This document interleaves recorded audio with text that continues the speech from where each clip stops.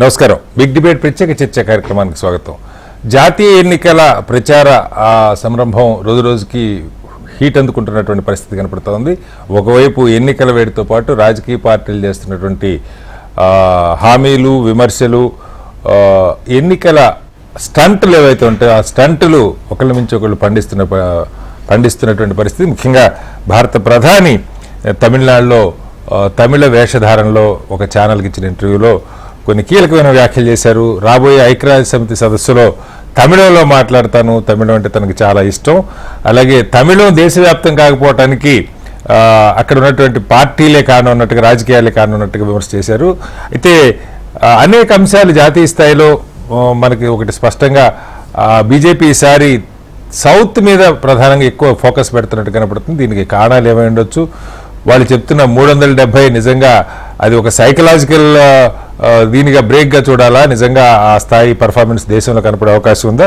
అలాగే ప్రతిపక్షాలు చేస్తున్న విమర్శల మీద అనేక కంప్లైంట్స్ ఇప్పటికే ఎన్నికల సంఘానికి వెళ్తున్నాయి. ముఖ్యంగా రాహుల్ గాంధీ గారు చేస్తున్న విమర్శలు రోజొక విమర్శ చర్చనీయాంశం అవుతుంది. వీటి మీద బిగ్ డిబేట్లో చర్చను చేపట్టాం. చర్చలో మనతో పాటు లక్ష్మణ్ గారు ప్రముఖ రాజకీయ సామాజిక విశ్లేషకులు ఉన్నారు. అలాగే జుల్కంటి రంగారెడ్డి గారు సిపిఎం పార్టీ సీనియర్ నాయకులు, దిలీప్ కుమార్ గారు కాంగ్రెస్ సీనియర్ నాయకులు, మాజీ ఎమ్మెల్సీ ఉన్నారు. అలాగే ఆంజనేయ రెడ్డి గారు భారతీయ జనతా పార్టీ సీనియర్ నాయకులు కూడా మనతో ఉన్నారు.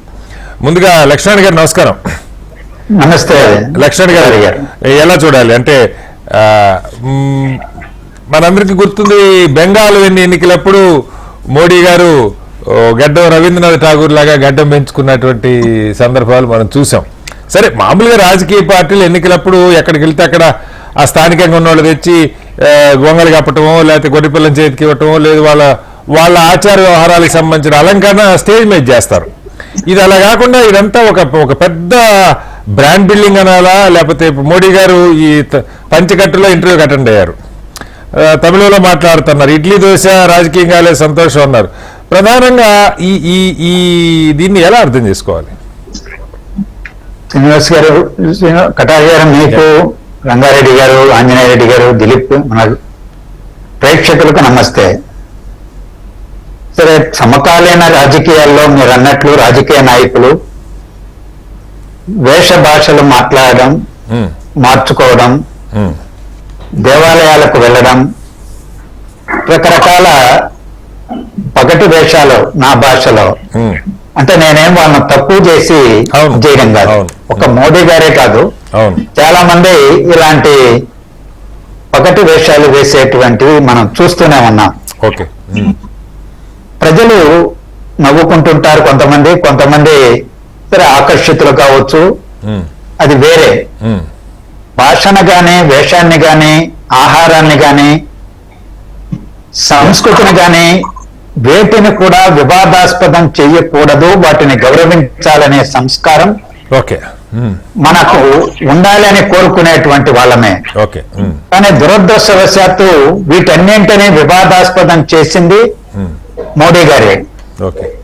సమాఖ్య వ్యవస్థను కూడా బలహీనం చేయడానికి శతవిధాల ప్రయత్నం చేస్తున్నది, విధానాలను అమలు చేస్తున్నది వారే. ఒక్కొక్కసారి హిందీనే దేశం మీద రుద్దడానికి ప్రయత్నం చేసిన ఉదంతాలు మనం చూశాం. ఇవాళ తమిళం చాలా గొప్పది, ఐక్యరాజ్య సమితిలో తమిళంలో మాట్లాడతానని అనడం అది స్వాగతించాల్సిందే, తప్పేం కాదు. ఆ తమిళ భాషనే ద్వితీయ భాషగా నెట్టేసి హిందీని వాళ్ళ మీద రుద్దడానికి చేసిన ప్రయత్నాలు అనేక సందర్భాలలో వికటించాయి. తమిళ ప్రజలు తిరస్కార భావంతో చూశారు. ఈ రోజు ఎన్నికలను మాత్రమే దృష్టిలో పెట్టుకుని ఎన్నికల లబ్ధి పొందడం కోసం ఇలాంటి మాటలు మాట్లాడడం వల్ల ప్రయోజనం లేదు. మోడీ గారు మీరు అన్నట్టు రాజకీయం చేయటం అన్న దగ్గర మామూలుగా తమిళనాడులో తమిళానికి ఎంత ప్రాధాన్యత ఇస్తారో మనందరికీ తెలిసిన విషయమే.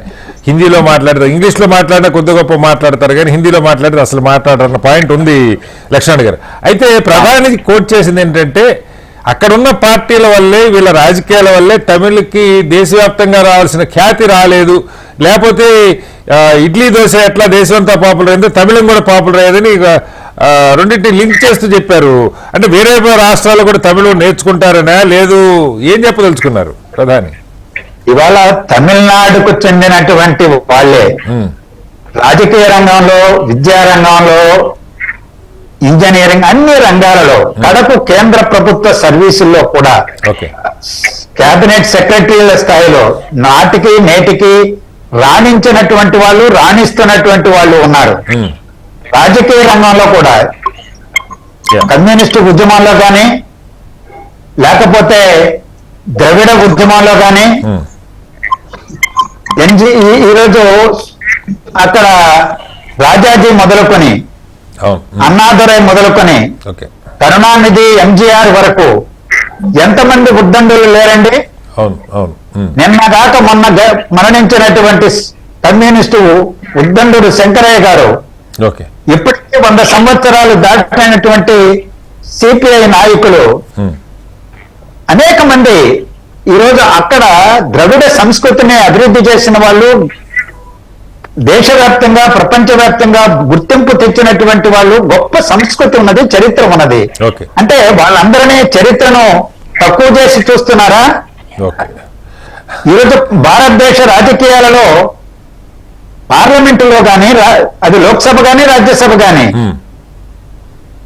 గలమెత్తినటువంటి వాళ్ళు ఉన్నారు, అవినీతిగా పాల్పడినట్టు వాళ్ళు ఉన్నారు. వల్ల చరిత్రను చరిత్రగా చూడాలి, సమతుల్యంతో అర్థం చేసుకోవాలి, గౌరవించాలి. సమాఖ్య వ్యవస్థను ముందు పదిలపరచాలి, బలహీనపరచకూడదు. ఆ విధానాలు మోడీ గారు అమలు చేస్తున్నారా ముందు?